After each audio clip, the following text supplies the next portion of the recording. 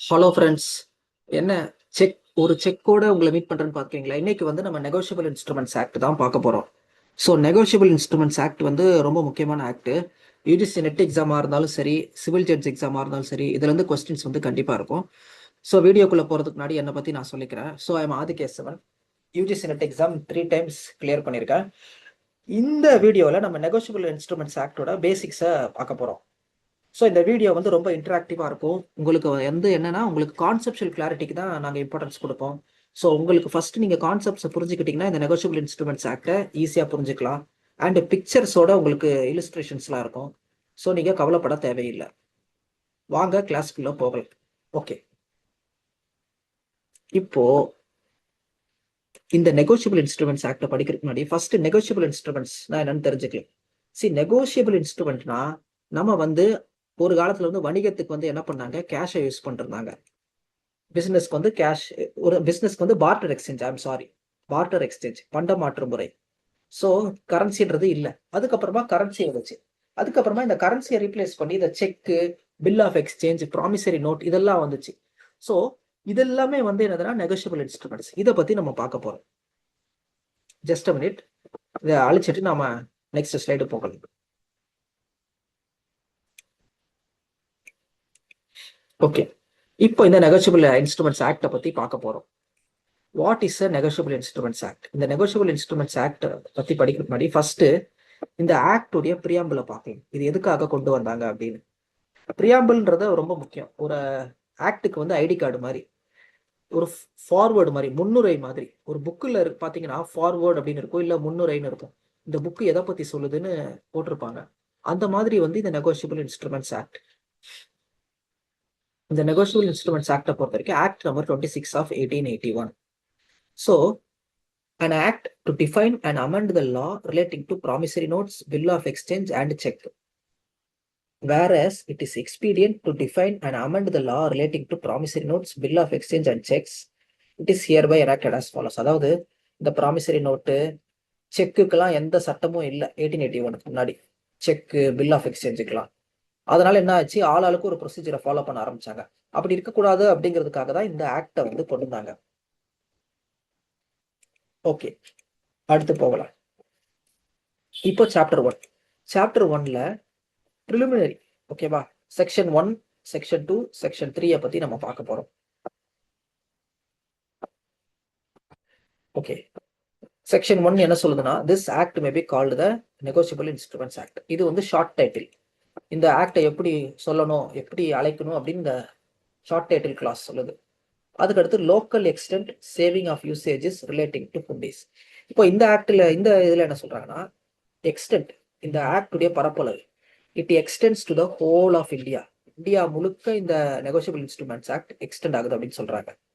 But nothing here contained affects the Indian paper currency act section 21 or affects any local usage relating to any instrument, any oriental language.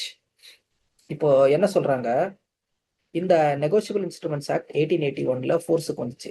இது 1881ல ஃபோர்ஸுக்கு வரதுக்கு முன்னாடியே சில local usages இருந்திருக்கும், சில customs. For example, குண்டின்னு சொல்லுவாங்க. குண்டின்றது ஒரு bill of exchange. அந்த காலத்துல இதை வச்சு மணியெல்லாம் டிரான்ஸ்ஃபர் பண்ணிருந்தாங்க. இப்போ இந்த மாதிரி லோக்கல் யூசேஜஸ் வந்து இந்த ஆக்ட் வரதால, இந்த 1881ல இந்த ஆக்ட் வரதால அஃபெக்ட் ஆகாது அப்படின்னு சொல்றாங்க. ஓகேவா. And Indian paper currency act 1871ல வந்துருந்துச்சு. அதுல செக்ஷன் 21 ஒன்று இருக்கு. அதுவும் வந்து இந்த 1881 நெகோஷியபிள் இன்ஸ்ட்ருமெண்ட்ஸ் ஆக்ட்னால அஃபெக்ட் ஆகாது அப்படின்னு சொல்றாங்க. ஓகேவா. இப்போ provided that such usages may be excluded by any words in the body of the instrument which indicate an intention that the legal relations of the parties shall be governed by this act. இப்போ என்ன சொல்றாங்கன்னா, இந்த ஹுண்டி அப்படிங்கிறது அந்த காலத்துல இருந்த ஒரு bill of exchange அப்படின்னு சொல்றாங்க, ஒரு டாக்குமெண்ட். இப்போ இந்த டாக்குமெண்ட்ல இவங்க என்ன பண்ணலாம், இந்த லீகல் ரிலேஷன்ஷிப் வந்து என்ஐ ஆக்ட் படிதான் கவர்ன் ஆகும் அப்படின்னு அவங்க என்ன பண்ணலாம், எழுதலாம். எழுதி வந்து என்ன பண்ணலாம், இந்த ஆக்டுடைய அதிகாரத்துக்குள்ள வரலாம். அந்த கஸ்டமை விட்டுட்டு இந்த ஆக்டுடைய அதிகாரத்துக்குள்ள வரலாம். ஸோ செக்ஷன் 1 என்ன சொல்லுது, இந்த ஆக்ட் வந்து ஹோல் ஆஃப் இந்தியாவுக்கு எக்ஸ்டெண்ட் ஆகும் அப்படின்னு சொல்லுது. அதே நேரத்தில் என்ன சொல்லுது, இந்த ஆக்ட்ல போட்டிருக்கிறது எதுவுமே இந்தியன் பேப்பர் கரன்சி ஆக்டை அஃபெக்ட் பண்ணாது அப்படின்னு சொல்லுது. அண்ட் ஒரு லோக்கல் யூசேஜ், இது லோக்கல் கஸ்டம், இது எதையுமே அஃபெக்ட் பண்ணாது அப்படின்னு சொல்லுது. ஒருவேளை அந்த லோக்கல் இன்ஸ்ட்ருமெண்ட்டை இருக்கிற பார்ட்டிஸ் வந்து நாங்க என்ஐ ஆக்ட் படியே நாங்க இந்த டிரான்சாக்ஷனை நடத்திக்கிறோம் அப்படின்னா அதை தெளிவா வேர்ட்ஸ்ல சொல்லணும். அதனாலதான் இங்க சொல்லியிருக்காங்க provided that such usages may be excluded. இந்த பழங்காலத்து யூசேஜஸ் நம்ம எக்ஸ்க்ளூட் பண்ணலாம் by any words in the body of the instrument. ஓகேவா? இப்போ commencement. It shall come into force on the first day of March 1882. First day of March 1882. இப்போ interpretation clause. In this act ஒரே ஒரு definition தான் இருக்கு. Banker அப்படின்னா என்னன்னு சொல்றாங்க? Banker includes any person acting as a banker and any post office savings bank. இப்போ இந்த ஆக்டை பொறுத்த வரைக்கும் பேங்க் அப்படிங்கிற வார்த்தைக்கு என்ன மீனிங் அப்படின்னு சொல்றாங்க? பேங்க்னா எனி பர்சன், ஒரு பர்சன் வந்து பேங்கரா ஆக்ட் பண்ணிருக்காருன்னா அவரை பேங்க்னு சொல்லலாம். ஆர் போஸ்ட் ஆஃபீஸ் சேவிங்ஸ் பேங்கையும் பேங்க்னு சொல்லலாம். இதுதான் வந்து சாப்டர் 1 செக்ஷன் 1, 2 and 3. இப்போ சாப்டர் 2க்கு போகலாம். சாப்டர் 2ல தான் ப்ராமிசரி நோட்னா என்ன, பில் ஆஃப் எக்ஸ்சேஞ்ச்னா என்ன, செக்னா என்னன்னு சொல்றாங்க. இப்போ நல்லா பாருங்க. இதை அழிச்சிட்டு நான் உங்களுக்கு சாப்டர் 2 காட்டுறேன்.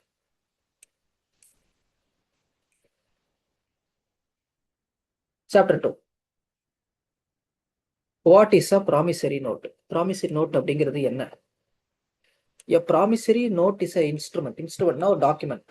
இன் ரைட்டிங், எழுத்துல இருக்கணும். In writing, not being a bank note or a currency note. Currency note கிடையாது. ஓகேவா? It is not a currency நோட்னு சொல்றாங்க. A promissory note is an instrument in writing containing an unconditional undertaking. அண்டர்டேக்கிங்னா உறுதிமொழி. signed by the maker. மேக்கர்னா யாரு? இந்த இன்ஸ்ட்ருமெண்ட்டை எழுதுறவர். to pay a certain sum of money only to or to the order of a certain person or to the bearer of the instrument. இப்போ நான் ஒரு எக்ஸாம்பிளோட சொல்றேன்.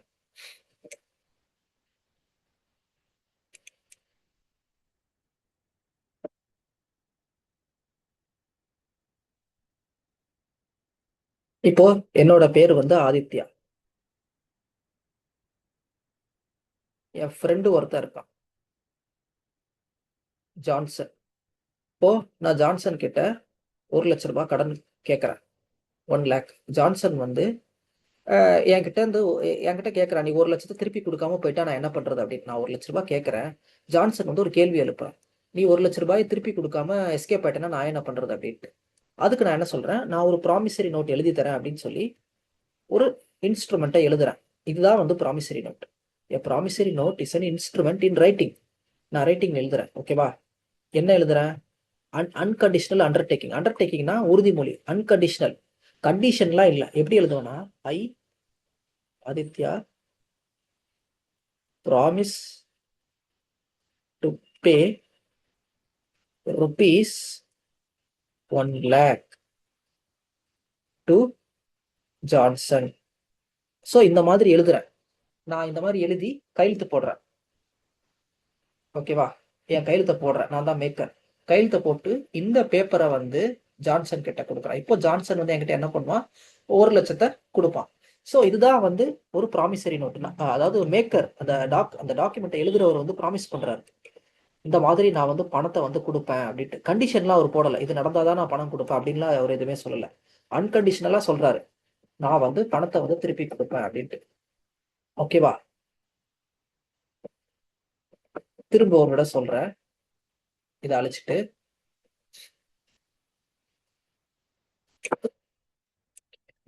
a promissory note is an instrument in writing containing an unconditional undertaking signed by the maker to pay a certain sum. Certain ஒரு உறுதியான தொகை. to pay a certain sum, உறுதியான ஒரு தொகை of money only to or to the order of a certain person or to the bearer of the instrument. Okay, இப்போ நான் வந்து அந்த ப்ராமிசரி நோட்டை எழுதினேன். நான் எக்ஸாம்பிள்ல சொன்னல, எப்படிலாம் எழுதலாம்னா, ஒன்று ஜான்சனுக்கு கொடுக்குறேன்னு எழுதலாம், இல்லை ஜான்சன் ஆர் ஆர்டர் அப்படின்னு எழுதலாம். ஜான்சன் ஆர் ஆர்டர்னா, ஜான்சன் யாரை கை காட்டுறாரோ அவங்க கிட்ட நான் அந்த 1,00,000 ரூபாயை கொடுக்கணும், கடன் வாங்கின 1,00,000 ரூபாய். ஓகேவா? ஆர் பேரர். பேரர்னா, இந்த ப்ராமிசரி நோட் யார் கையில இருக்குதோ, இந்த ப்ராமிசரி நோட் யார் கையில இருக்குதோ அவங்க கிட்ட நான் இந்த 1 lakh கொடுக்கணும். அவங்க கிட்ட நான் இந்த 1 lakh கொடுக்கணும். இதுதான் வந்து கான்செப்ட். Okay,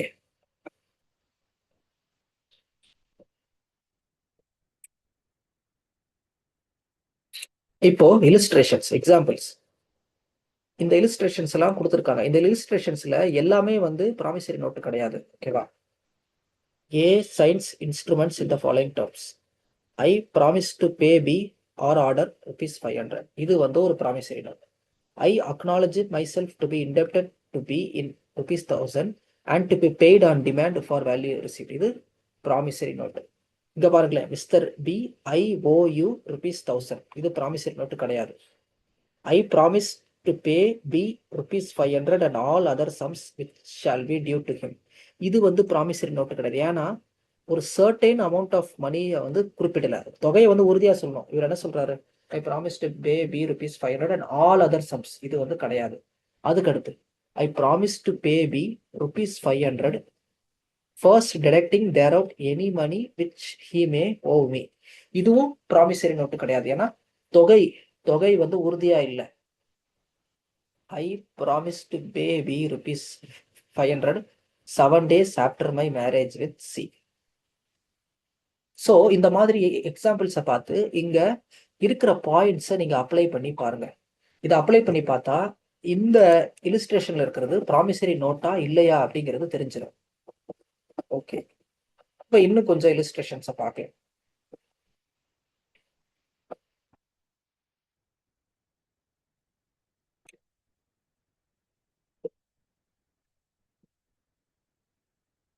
H.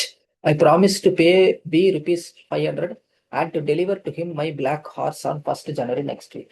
இப்போ இதுவும் வந்து ப்ராமிசரி நோட்டு கிடையாது. ஏன்னா ப்ராமிசரி நோட்னா அதுல மணியை பே பண்ற ப்ராமிஸ் மட்டும்தான் இருக்கணும். மணியை வந்து ரீபே பண்ற ப்ராமிஸ் தான் இருக்கணும். ஹார்ஸ் இதெல்லாம் இருக்கக்கூடாது. ஹார்ஸ் மற்ற ஆப்ஜெக்ட்லாம் இருக்கக்கூடாது. ஸோ இது வந்து it is not a promissory note. இங்க பாருங்களேன், the instruments respectively marked A and B are promissory notes. First 2 illustration தான் ப்ராமிசரி நோட். சி DEFGHனா நாட் ப்ராமிசரி நோட்ஸ். இதுதான் வந்து கான்செப்ட். ஓகே ஃப்ரெண்ட்ஸ், இப்போ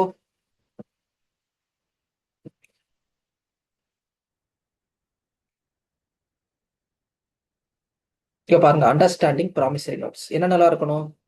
இன் ரைட்டிங், இங்க பாருங்க, in writing signed by maker, அதை எழுதுறவர் சைன் பண்ணணும். என்ன ப்ராமிஸ் இருக்கணும்? To pay a certain money. 1000 Rupala 2000 Rupala? Unconditional undertaking, கண்டிஷனலா இருக்கக்கூடாது. மணி ஒன்லி தான் இருக்கணும். மற்ற பொருட்கள் வந்து அலௌடு கிடையாது. ஓகேவா? இப்போ யாருக்கு இது எழுதலாம்? ஒரு பர்சன், அவருக்கு இது எழுதலாம். அந்த பர்சனுக்கு நான் பணத்தை பே பண்றேன் அப்படின்னு ப்ராமிசரி நோட் எழுதலாம். இல்ல டு ஆர்டர், அந்த பர்சன் யாருக்கு கை காட்டுறாரோ அவங்களுக்கு நான் பணத்தை கொடுக்குறேன் அப்படின்னு எழுதலாம்.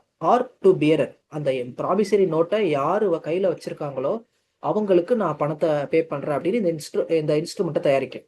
எக்ஸப்ஷன் என்னதுன்னா, not a bank note or currency note. Bank note currency நோட்லாம் ப்ராமிசரி நோட் அப்படிங்கிற டெஃபினிஷனுக்குள்ள வராது. ஓகே, இப்போ பாருங்க.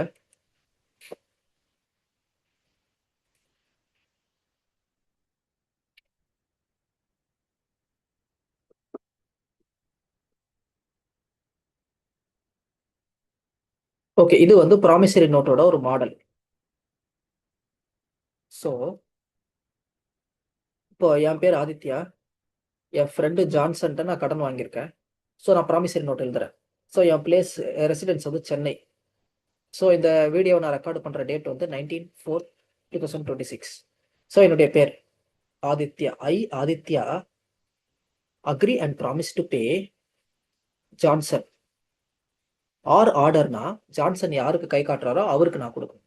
த சம் ஆஃப் 1 lakh யூரோஸ்க்கு பதிலாக rupees for value received with interest at the annual rate of, நம்ம வட்டியும் போட்டுக்கலாம், 6% பேயபிள் ஆன், ஒரு டேட் என்னைக்கு கொடுக்குறதா நான் இது பண்ணுறேன், 19/7/2026, ஜூலை 19 கொடுக்குறேன்னு சொல்கிறேன். ஜே ஆதித்யா, என் சைனையும் போட்டேன். ஸோ இப்படிதான் இருக்கும் ஒரு ப்ராமிசரி நோட்டோட மாடல். ஓகேவா? ப்ராமிசரி நோட்டை ஒரு கடன் வாங்குறவர் வந்து எழுதி கொடுப்பார். நான் இந்த மாதிரி இவருக்கு நான் பணத்தை திருப்பி கொடுக்குறேன் அப்படின்னு ப்ராமிஸ் பண்ணுவார். ஓகேவா? இதுதான் ப்ராமிசரி நோட். இப்போ அடுத்த நம்ம கொஸ்டின்ஸை பார்த்துட்டு வைண்ட் அப் பண்ணிடலாம். ஃபர்ஸ்ட் ஒரு கொஸ்டின் ஜஸ்ட் அப்படின்ட்டு இதை நான் அழைச்சிக்கிறேன். ஓகே, இந்த கொஸ்டினை பாருங்க.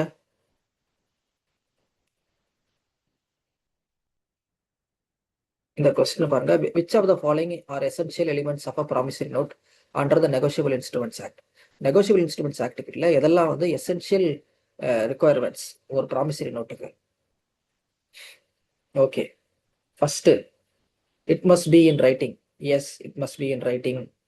Second, it must contain an unconditional undertaking. Undertaking promise வந்து unconditional இருக்கணும். Okay, it must be payable in money only. Yes, it must be attested by 2 witnesses. இது வந்து செக்ஷன் 4ல நமக்கு எங்கேயுமே சொல்லல 2 விட்னஸ் இருக்கணும்ட்டு. 4 இருக்கிறதுல எலிமினேட் பண்ணுங்க. ஓகே, ஒண்ணுதான் கரெக்ட் ஆன்சர். ஓகே ஃப்ரெண்ட்ஸ், இப்போ உங்களுக்கு ப்ராமிசரி நோட்னா என்னன்னு புரிஞ்சிருக்குன்னு நினைக்கிறேன். ஓகே ஃப்ரெண்ட்ஸ், வீடியோவோட எண்டுக்கு வந்துட்டோம். இந்த கிளாஸ் உங்களுக்கு பிடிச்சிருந்துச்சுன்னா லைக் பண்ணுங்க, ஷேர் பண்ணுங்க, சப்ஸ்கிரைப் பண்ணுங்க. நம்ம எடிஎம் அகாடமியோட கிராஷ் கோர்ஸை பத்தி சொல்லி ஆகணும். நம்ம எடிஎம் அகாடமியில் யூஜிசி நெட் எக்ஸாமுக்கு பேப்பர் 1 அண்ட் பேப்பர் 2க்கு கிராஷ் கோர்ஸ் ஆரம்பிச்சிருக்காங்க. பேப்பர் 1 பொறுத்த வரைக்கும் கிராஷ் கோர்ஸ் வந்து ரொம்ப எக்ஸ்ட்ரானரியா இருக்கும். So one of the best academies பார்த்தீங்கன்னா நம்ம எடிஎம் அகாடமி தான் பேப்பர் 1 எடுக்கிறதுக்கு. பேப்பர் 2லையும் பார்த்தீங்கன்னா இந்த வருஷத்துலேருந்து நம்ம நிறைய கோர்சஸ் இன்ட்ரடியூஸ் பண்ணியிருக்கிறோம். மேனேஜ்மெண்ட்டை பொறுத்த வரைக்கும் எப்பவுமே எடிஎம் அகாடமி நம்பர் 1. இந்த வருஷம் பொலிட்டிக்கல் சயின்ஸ், லா, தமிழ் மாதிரி கோர்சஸ்லாம் இன்க்ளூட் பண்ணியிருக்கோம். இந்த 2 மந்த் கிராஷ் கோர்ஸ் வந்து entirely online crash course. April 2 ஆரம்பிச்சிருச்சு. பட் நீங்கள் கவலைப்பட தேவையில்லை, உங்களுக்கான ரெக்கார்டிங் கிளாஸஸையும் நாங்கள் கொடுத்துருவோம். இது ஆன்லைன் கிளாஸ் அப்படிங்கிறதால நீங்கள் வீட்டில் இருந்துக்கிட்டு டெஸ்ட் சீரீஸ்லாம் அட்டன் பண்ணலாம். உங்களுக்கு ஸ்டடி மெட்டீரியல்ஸ் கிடச்சிரும். எம்சிக்யூ ப்ராக்டிஸ் ரொம்ப நல்லா இருக்கும் ஆன்லைன் போர்ட்டலில்.